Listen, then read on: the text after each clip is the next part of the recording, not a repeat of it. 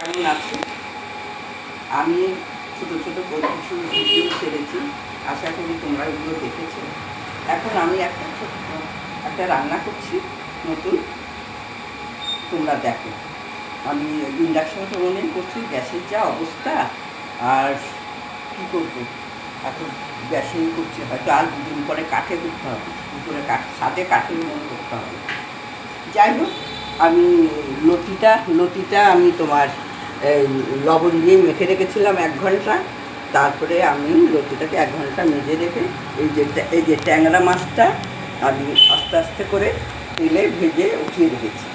উঠিয়ে রেখে তারপরে তোমার লতিটা পেঁয়াজ দিয়ে তারপরে বসালাম। পেঁয়াজ, টমেটো, লঙ্কা গুঁড়ো, রসুন দিয়ে মশলাটাকে সাঁতলানোর পরে তোমার লতিটা দিয়ে দিয়েছি। লতিটা দেওয়ার পরে তারপরে আমি আস্তে আস্তে করে সাঁতলাচ্ছি। ইন্ডাকশান ওভেনে 100-তে দিয়েছি, দেখা 100-তে দিয়েছি। তারপরে এখন আস্তে আস্তে করে কষাচ্ছি। কষানো হয়ে গেলে তারপরে ট্যাংরা মাছটা দিয়ে দেবে। এখন একটু ভলিউমটা বাড়িয়ে দিই, হাজারি দিয়েছি। এখন আস্তে আস্তে করে কষাবো। কষানো হয়ে গেলে তারপরে ট্যাংরা মাছটা দিয়ে দেবো। ট্যাংরা মাছটা দিয়ে দেবো। এখন তোমরা দেখো একটু আমি কীভাবে করি, তোমাদের হয়তো ভালো লাগবে।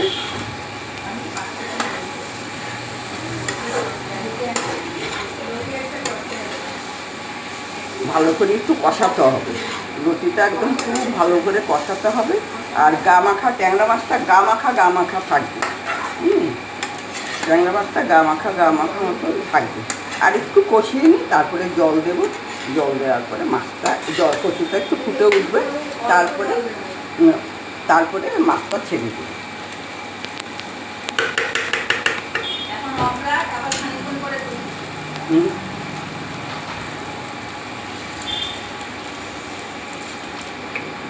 দিয়ে দিলাম, জলটা দিয়ে দিলাম। এখন একটু ফুটার পরে ট্যাংরা মাছটা সব দিয়ে দেবো।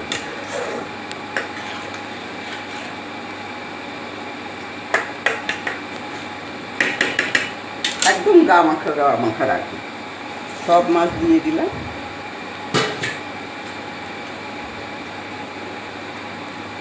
বেশি কড় করেও ভাজিনি, আবার বেশি নরমও ভাজিনি, মাঝামাঝি সাইজ ভেজেছি। একটু উল্টিয়ে পাল্টিয়ে দিই, তাহলে গায়ে মশলাগুলো ঢুকবে।